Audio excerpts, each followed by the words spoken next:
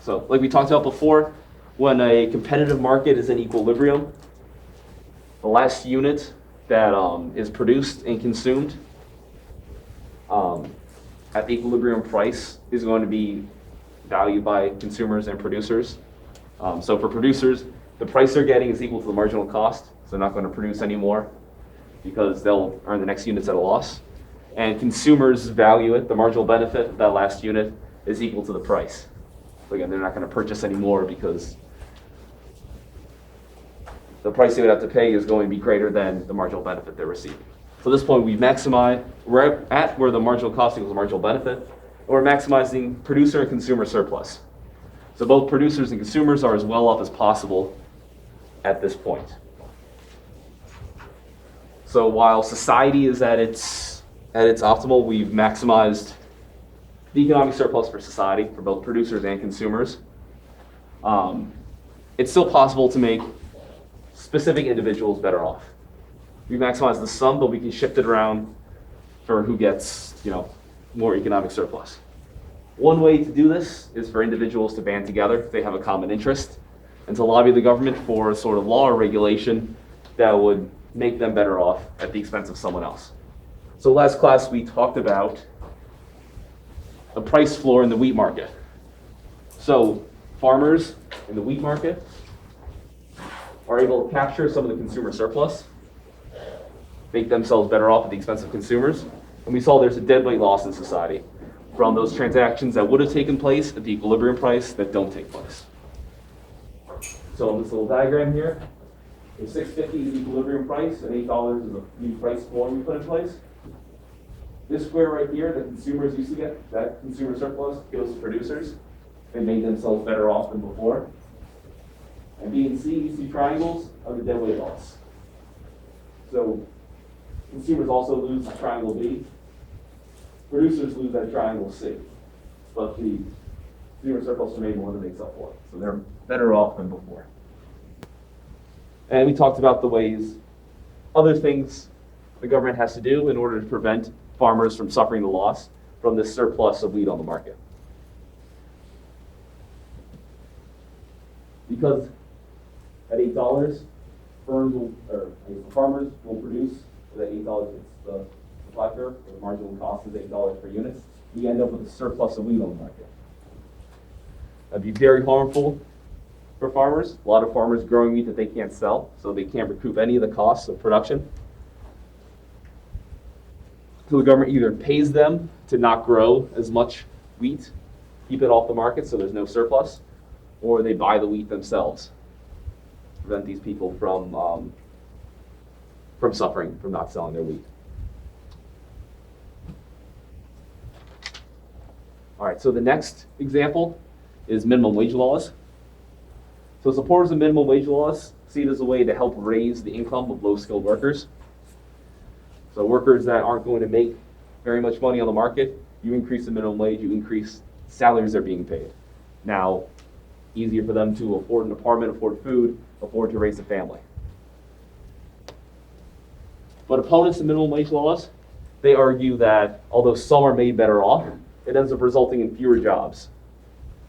So because firms have this hard budget constraint, you increase the cost of labor, they're going to decrease the number of laborers they're going to have working for them. People keep the jobs better off. People lose the jobs, are now worse off because they don't have a job. And this particularly hits small businesses and makes it very difficult to start or to keep a small business open. Those are like the two arguments against it. So looking at, and I'll draw a labor market. We can use the same sort of supply and demand graphs we were working with before. So the supply curve isn't firms in this case. Sorry, but so theoretically, if you lower minimum wage, the unemployment rate would decrease? Yeah, in theory that would be the case. Because now people who have much lower levels of productivity could be hired. So you think if there was no minimum wage, if it's like the Great Depression again, there's no minimum wage, so someone needs a job, they're like, hey, I'll sweep in front of your store for $1 a day. You're like, okay, like not really worth it for like, $7, $8 an hour. But for $1 a day, they're like, okay, yeah, I could get $1 of benefit from that. So you would increase employment. But the poverty line is. But yeah, $1 a day. Can you live on $1 a day? So whether that's desirable is a different thing. But if we're just looking at pure numbers. So in this labor market, well, instead of price, it's going to be the wages.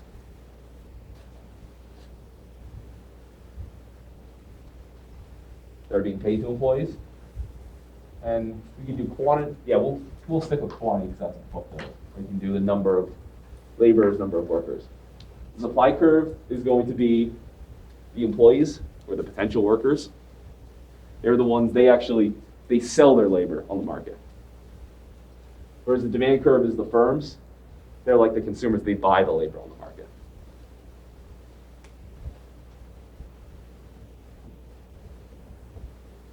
So we've got the equilibrium wage and the equilibrium quantity of workers. This triangle right there is the consumer surplus. So that's the benefit to firms above what they're paying. Right here is the producer surplus. So the benefit to workers beyond what they're being paid.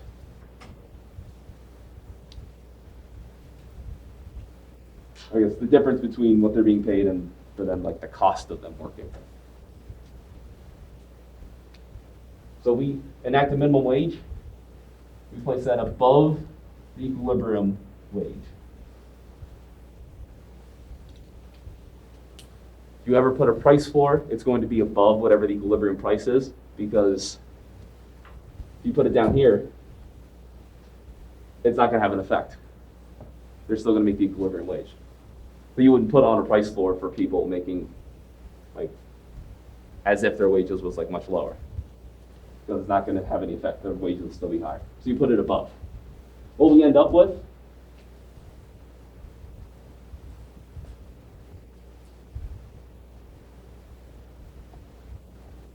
firms are going to want fewer workers. Again, now with this higher price, they're going to demand workers at this point because it's relatively more expensive to hire them. But at the same time, you're going to have more people willing to work. The quantity supply is going to increase. And again, now because the wages are higher, more people are going to be willing to work. People that are currently not looking for jobs are going to be willing to go out and look for jobs. I wouldn't want to flip burgers at Burger King, but if the salary was $150K a year, I'd walk right in there right now. So if you pay people enough, you can get them willing to enter the labor market, willing to actually work these jobs. So we end up with the reduction in the employment is going from this previous equilibrium to this new quantity of workers demanded by firms.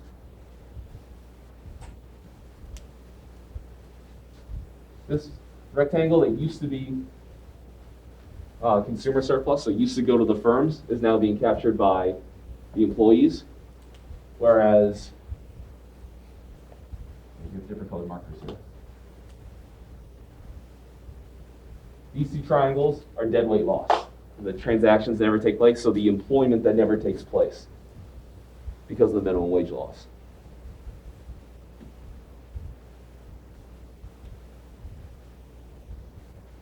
The wages on the market, they reflect the average or the marginal production of employees. Yeah. The green triangle, are those two? Is that one? I guess you could say that's two. So what's green is the used to be consumer surplus. So used to go to firms.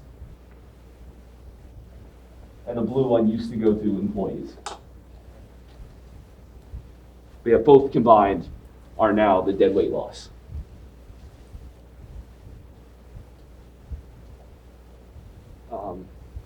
Yeah, wages reflect the marginal revenue that each worker brings into the firm. So if the marginal revenue of a worker is below the prevailing wage, then an employer isn't going to make that higher because they'll be losing money on it.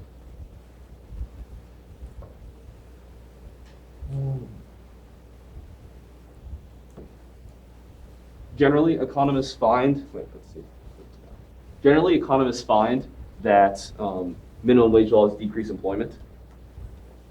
A lot of the study, well, basically none of the studies have really good data. What we end up doing is looking at fast food employment. Many of those workers don't make minimum wage, and there's a lot of other workers that make minimum wage outside of fast food. But it's impossible to find all those people in the sort of data sets that the government gathers. So we kind of just have to use that as a sort of like estimate. So there are definitely problems. So when we talked about like supply and demand before, about how it's very difficult to estimate the actual change in price or change in the quantity demanded and sold in the market with these supply and demand curves, because they're difficult or impossible to estimate. You see the same thing here, where we can get the magnitude, we can understand that very easily, but estimating what that magnitude is incredibly difficult. There are two economists, Card and Kruger, two top economists, studied the minimum wage increase in New Jersey, maybe like 20 years ago. They compared New Jersey to Eastern Pennsylvania. And they found that there was a very small decrease in employment. There's several reasons why this may have happened. First, firms may not actually fire people. It's very difficult and expensive to hire new people. Between the search process and training them and getting them ready, can be a long, expensive process. So they may have just reduced hiring in the future, ate those costs in the short term, knowing that in the long run they'll come out on top. They may have reduced their employees' hours, so they didn't have to give them benefits or as many benefits. They'll switch them from working full-time to part-time. They give them fewer perks. So instead of getting an employee discount, you no longer get an employee discount. They may get fewer future raises. Maybe these companies start at minimum wage, but then every couple months you get a bump up of a quarter an hour for a couple years, and you're making a decent bit of money above minimum wage. Instead, no increases anymore. Maybe they just make them work harder, so you actually do increase their revenue, but now they get fewer breaks, they get worked harder, so it's less enjoyable. So this is basically what we expect to happen. We expect quantity demanded to decrease. At the new higher wage, expect to see dead weight loss. But in theory, it may not work out, or in practice, it may not work out how it works in theory. So instead of seeing this large of a shortage, maybe the shortage is only, the reduction in employment, not the shortage. The reduction in employment ends up being smaller than what we predict for the model, because firms are willing to hold on to those employees, lose money in the short run, to make money in the long run. And let's talk about minimum wage just from the perspective of maximizing economic surplus. This is positive analysis. It ignores the normal questions of, is this enough money for people to live on? Do people deserve more money? Things like that. This is literally just what's going on in the market. All right, so now let's look at the economic effect of a price ceiling. So we'll look at rent control.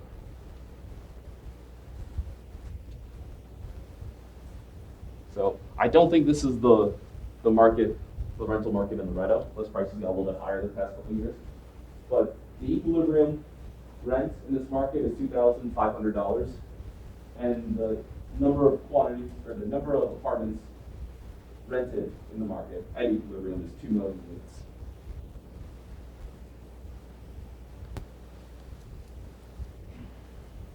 So let's suppose renters get together and they convince local politicians to pass a new law establishing rent control. So there's now a maximum rent you can charge. This rent will be $1,500 a month. In this case, the quantity of apartments being supplied, we go into fall, so we take this $15,000 rent, draw a line across the supply curve is how many landlords will be willing to supply. In this case, 1.9 million instead of 2 million. Now, this lower price trace this out to the demand curve. We have 2.1 million people willing to rent apartments, or apartments that people want to rent. Again, because it's now lower price, more people are going to be willing and able to buy. Maybe instead of two people living together, like as roommates to save money, now they're both living solo. Whereas now there were 100,000 more apartments when we were at the old equilibrium price, at $2 million per month being rented. But because landlords can't get as much money back for rent, some of those that cost more to maintain per month than $1,500 can be taken off the market. They're not going to be supplied because landlords aren't going to lose money in the long run.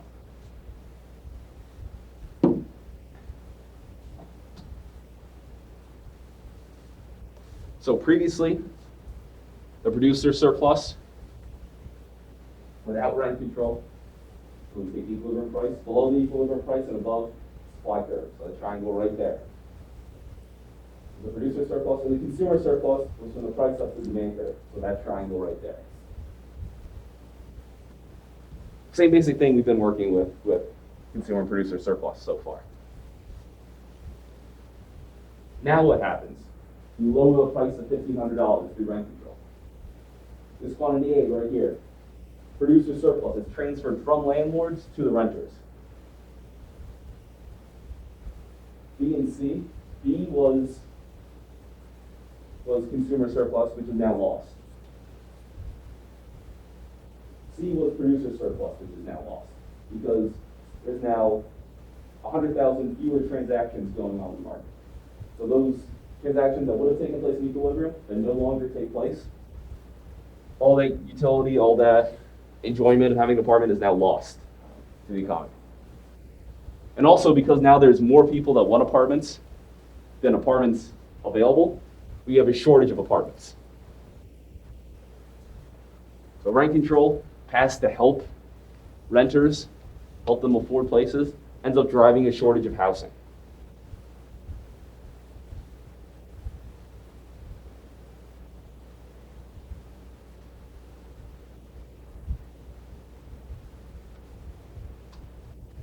So we get this direct effect. We have fewer houses. We have, well, for those people, those 1.9 million people, all the way up to that point, they're doing great.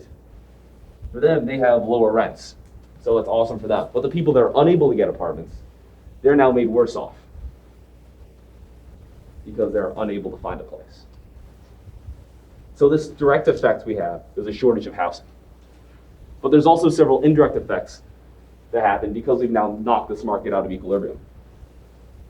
So the first, you get discrimination based on non-price methods of rationing goods. Talked about how using price and price changes, we can ration goods. So if the price goes up, people will consume less because it's now relatively more expensive. We've now gotten rid of that incentive to ration. Cities like New York and San Francisco that have rent control and like stronger rent control, they have far more people living alone than cities that don't have rent control. So people don't feel the need to get roommates because people that can't find apartments can find it cheaply. So now instead of using price methods, we end up with non-price methods to ration goods to determine who gets the goods. Some of these they can be legal and ethical. So it could be like how good the tenant is. Maybe the landlord calls previous landlords as like references. And if they pay their rent on time, they're not loud, things like that. They rent them, they get like first dibs at the apartment. Could be things about like how much they party. So fewer like young people look like they party will be getting, will be first in line for apartments. Maybe it'll be things like, I don't know if they cook smelly food. It could be things that are unethical or illegal. So things that are like considered protected class by the U.S. government. So like race, gender, age, disability, those things. Or it could be through personal connections. So if you're a friend of the landlord, you get like first dibs of the apartment. If you're friends with the right people, you use those connections to get the apartment because there's a shortage. You also end up with an inefficient usage of housing. So imagine there's this old couple. They moved into the apartment, say 40 years ago. They had a bunch of kids. They raised them there. Now the kids are gone. They had 4 bedrooms in the place because you need that for a lot of kids. But under rent control, there's no reason for them to move out.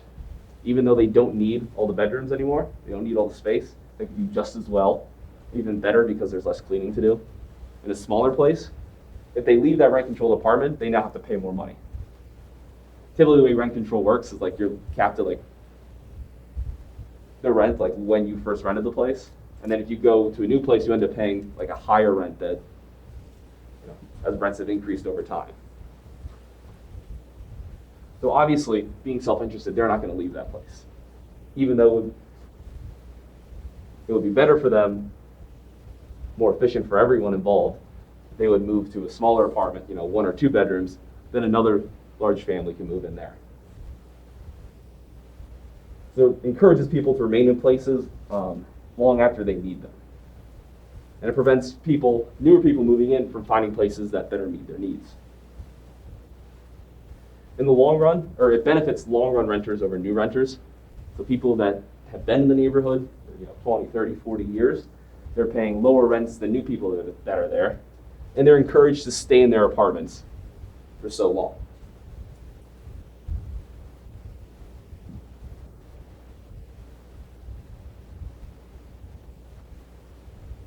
For new people trying to move into the area, there's now a shortage of housing, so it's very difficult for them to get in. A lot of young people move to New York City, San Francisco, a few of these large areas because jobs there are really good and jobs there pay very highly. But it's very difficult to move in there and to afford to live there when you're trying to find a place and there's very few apartments or no apartments available. Next is investment in housing decreases. Because you've made it more expensive, or not more expensive, because you've lowered the price, you've capped the price that landlords can get, it's more difficult to build new apartment buildings. You lower the amount of the returns they can get, so as the cost of construction goes up, permitting goes up, all the things that go into building an apartment goes up, you'll see fewer and fewer built just because they won't be able to recoup the cost that they're putting into it.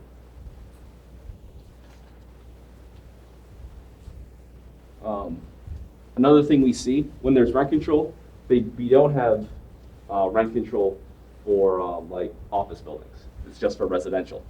So cities like New York, San Francisco, they end up with and this is probably like 5-10 years old, 7 to 12% of real estate for like businesses are unfilled.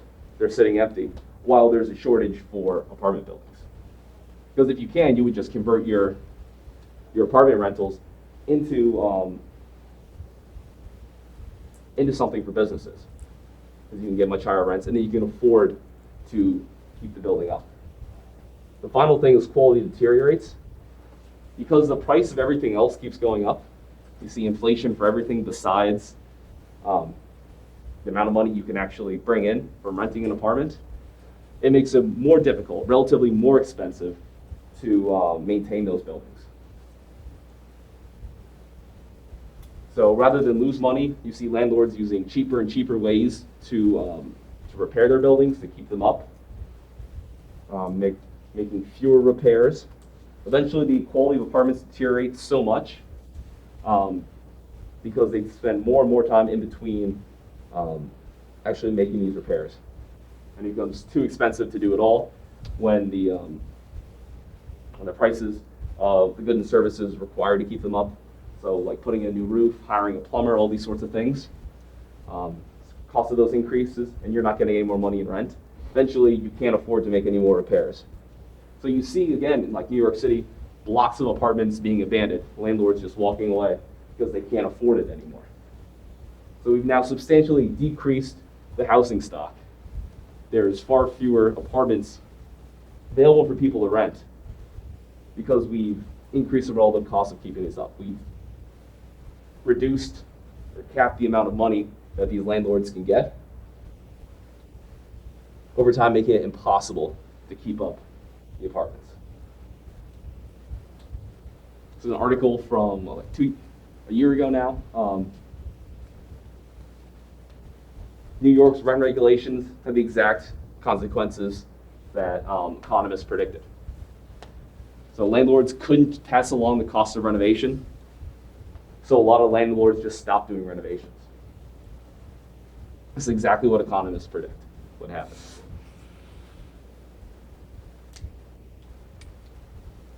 So if we want lower income people to be able to afford housing, we want to reduce the cost of housing and make sure everyone that wants a house can get a house, or apartment to get an apartment, a place to live. We'll call this rent and then quantity. What do we do? Just using supply and demand, how are we going to lower the price and make sure everyone gets one?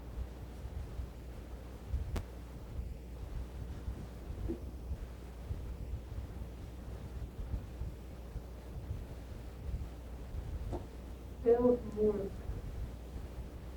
Yes, build more. We increase the supply curve. What do we just do? We decrease the price, or the rent in this case, and we increase the quantity. So make it easier to build.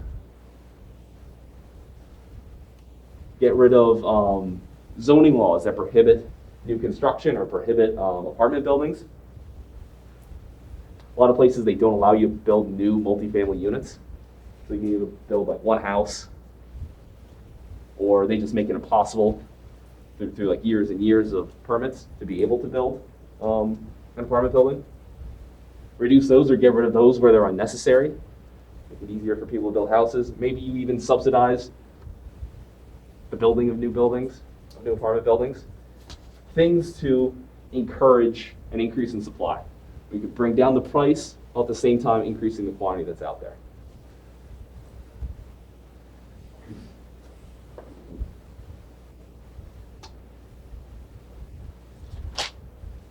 All right, to paraphrase Jeff Goldblum from Jurassic Park, he says life finds a way. In the same way, markets find a way. All right. When there's government price controls, buyers and sellers find a way around this to end up meeting their needs. If there's mutually beneficial exchange available, they'll figure out ways to do it. So a black market is a market where buyers and sellers trade outside of the protection of law. Now, this could be because the goods themselves are illegal, or maybe they're being sold at illegal prices. So even in the Soviet Union, where they didn't have markets set up, people still found ways to get what they wanted, to trade things with people. A pretty cool example is the Central Planning Board would give the raw materials to different factories and would say, this is your output quota for the month, hit it. It wasn't always what they needed to hit their quota. So they had a bunch of factories would trade with each other on a black market. Stuff they needed, extra stuff they had, whatever, to make sure they got all the goods they needed, all the materials they needed to be able to produce and hit their goals. So even in a place with no markets, we saw black markets develop. So going back to rent control, tenants can offer to pay legally high prices under the table. So we talked about there's now non-price rationing going on. Maybe there is price rationing going on, where they write a check for the rent control rate, the $1,500 a month, and then pay them $1,000 in cash under the table to get back to the previous equilibrium. Landlords might switch from long-term rentals to doing short-term rentals, so things like Airbnb. Use that to avoid rent controls. So they can end up getting the market rate for the house they're renting, or the apartment they're renting. So doing things like this, going on the black market, might alleviate some of the deadweight loss, because you're allowing additional apartments to be rented. But sellers and buyers lose valuable legal protections. I've talked a decent amount when I talk about like equilibrium, about how the market process encouraging producers to provide goods that meet consumer needs, to do good things for consumers, because that's how they, in the long run, that's how they prosper. One of the reasons that's the case, one of the main reasons that's the case, is because in market economies, government provides protection. They protect property rights, and they set up a legal system that if you get wronged by someone selling you a product, they sell you a super low quality product, they lie to you, they pull out a deal that they agree to, you can go after them. So they're punished for doing bad things. In the black market, that's not the case. So this breaks down. So let's look at one such market, the market for drugs.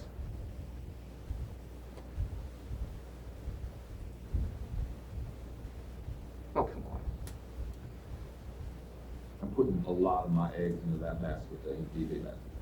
I'm also thinking about getting a crack dealer. Not like a mean crack dealer, but like a nice one. Just kind of praying with like, hey, what's up, guys? You want some crack? I'm just waiting on some things to kind of flesh themselves out.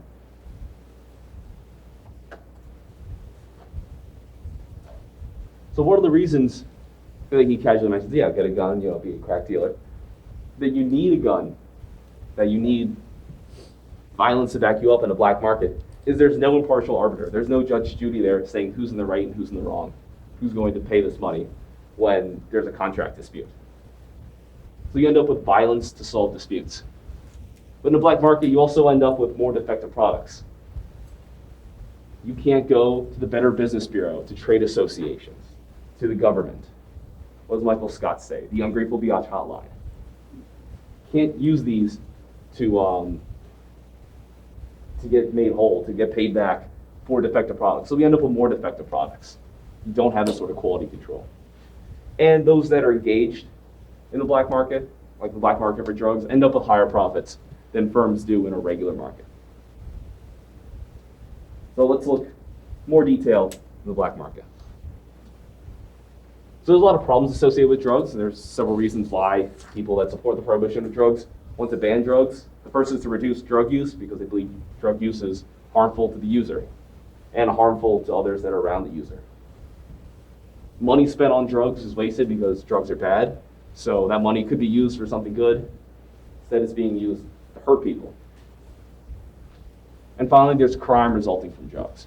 A lot of crime surrounding it. So drug prohibition can affect people's demand for drugs. How is this?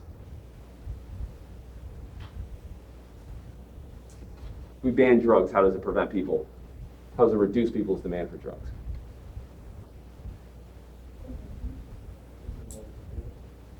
What was that? Harder to get? And you said it doesn't? It doesn't, it doesn't lessen the demand, like, it kind of works, because like, that's less available, so more people can.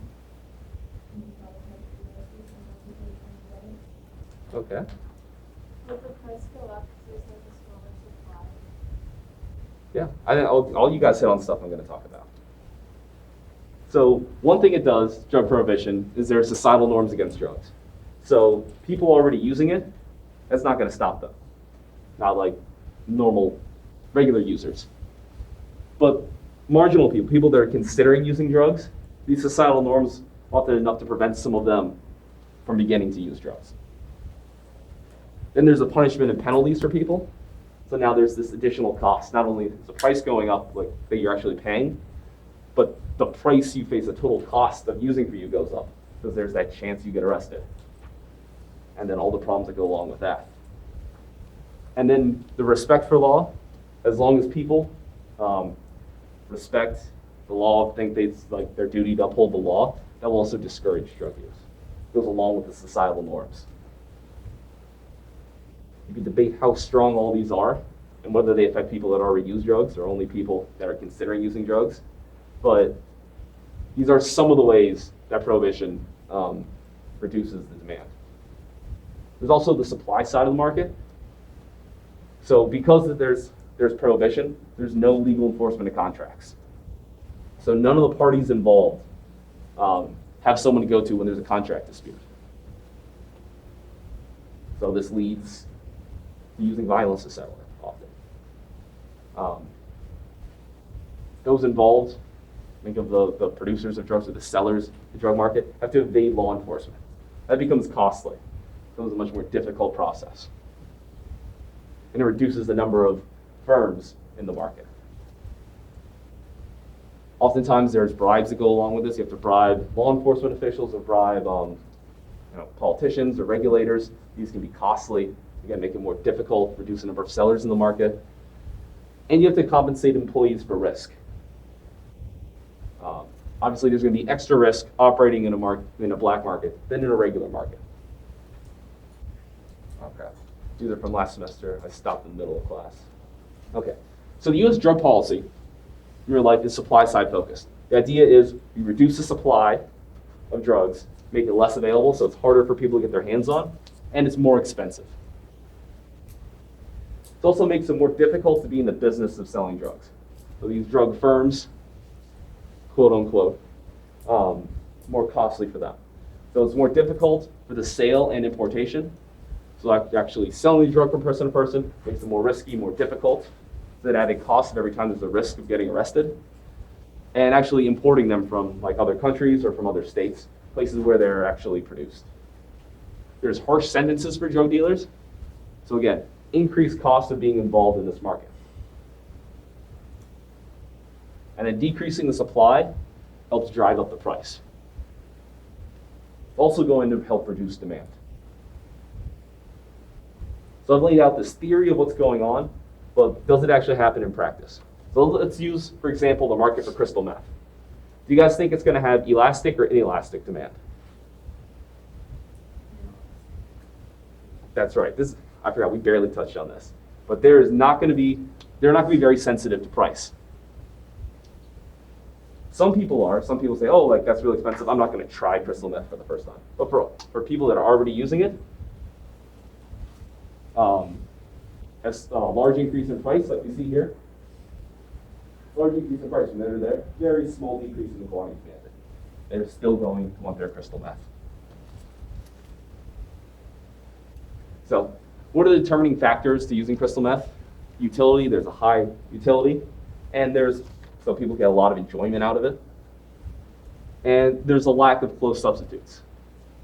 For drugs that are physically addictive, there's not other drugs that can satisfy that particular physiological want. Price isn't really a factor. It doesn't really impact people's demand, their quantity demanded.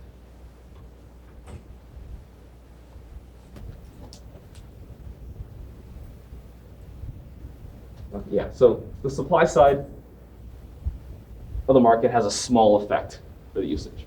So we see the supply curve shifts up. There's now much more substantial cost of being involved in the drug market as sellers. See the price substantially increase, but people still want to do a lot of drugs. We only see a slight decrease in the quantity being sold on the market. So what this does is this actually increases the revenues for sellers. On the other hand, habitual users, people that commonly use meth and use it a lot, they end up getting the price increase substantially for them. So this implies that now that it's a lot more expensive, we'll see more crime by addicts who can't afford drugs, but who still want to do drugs. So we've got this supply side focused policy that actually increases crime. So the policy reduces the quantity sold by drug dealers by a little bit, but there's greater revenue for each sale. So the dealers who are able to evade law enforcement are made better off. We also have fewer sellers in the market because of drug enforcement. That's making a bunch of arrests and increasing the riskiness of being a drug dealer. So each individual, you can see like this increase in revenue is now being captured by fewer individuals. So they're profiting more and more from this.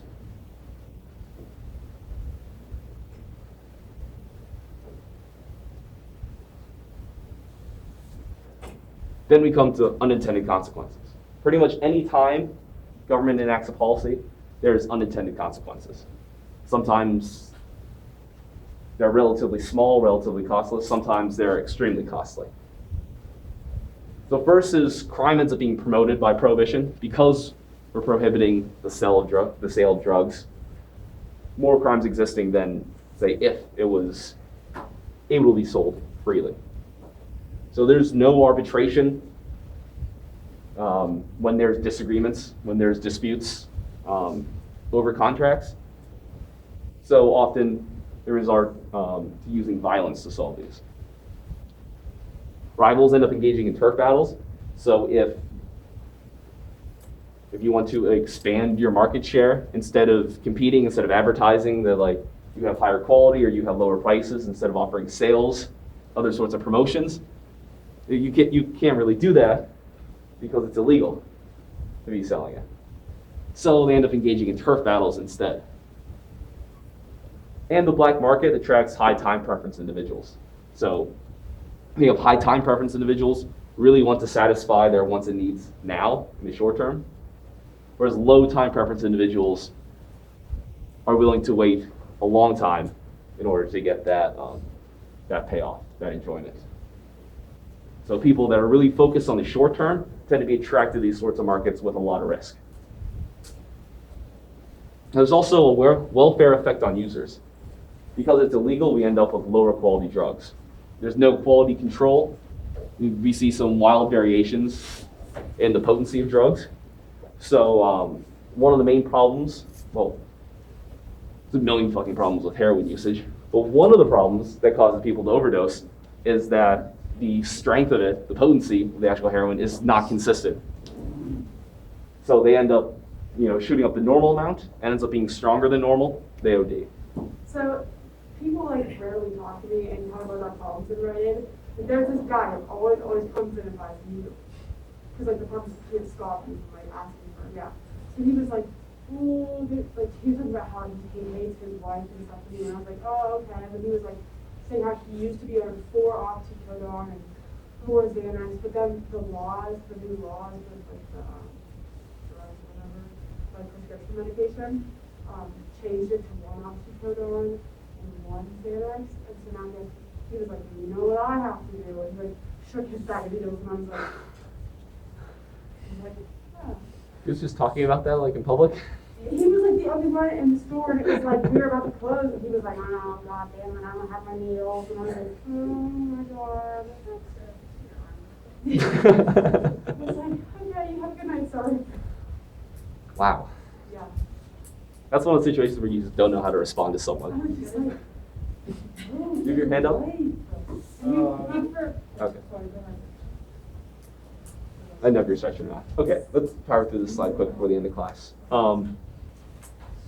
Prohibition also increases the potency per unit. If you're trying to evade detection, you're going to make it as strong as possible so it's easier to hide for people looking for it. You also end up with risky consumption methods to maximize the return on investment of doing the drug. People are willing to do riskier and dumber things in order to get that high. And the fixed costs of avoiding authorities. So no matter what illegal drug you're using, you've got this fixed cost of avoiding authorities and the potential of getting arrested and going to jail for a long time and the negative consequences that has on your future earnings. So it incentivizes people to ship to more potent drugs. We didn't cover that in this class. But encourages people to use more potent drugs they believe give a greater high. So finally, this is a headline, a video from like last year. Man caught trying to sneak in an absurd amount of beer into the stadium. Dude's in Turkey. You can't really tell because they're blurring out some of the faces. Wearing a giant winter coat stuffed with like 2 cases of beer. He did this in like August. Everyone's wearing shorts and a t-shirt and he's wearing a heavy parka. It's like, hey, what the hell's going on here? This dude's sweating in a giant jacket. And they just pull out like 1 beer after another. And it just keeps going. You gotta respect the grind. I respect it, and I respect this like brand loyalty to whatever beer that was. But increased potency per unit. What do most people do when they sneak booze into a football game? You flask it. You put it in a flask. In your pocket, it's easy to hide. You don't bring in 2 cases of beer. So it ends up, people end up creating and using stronger and stronger drugs to make it more difficult to detect. All right, it's about time to leave. We'll stop there for the day.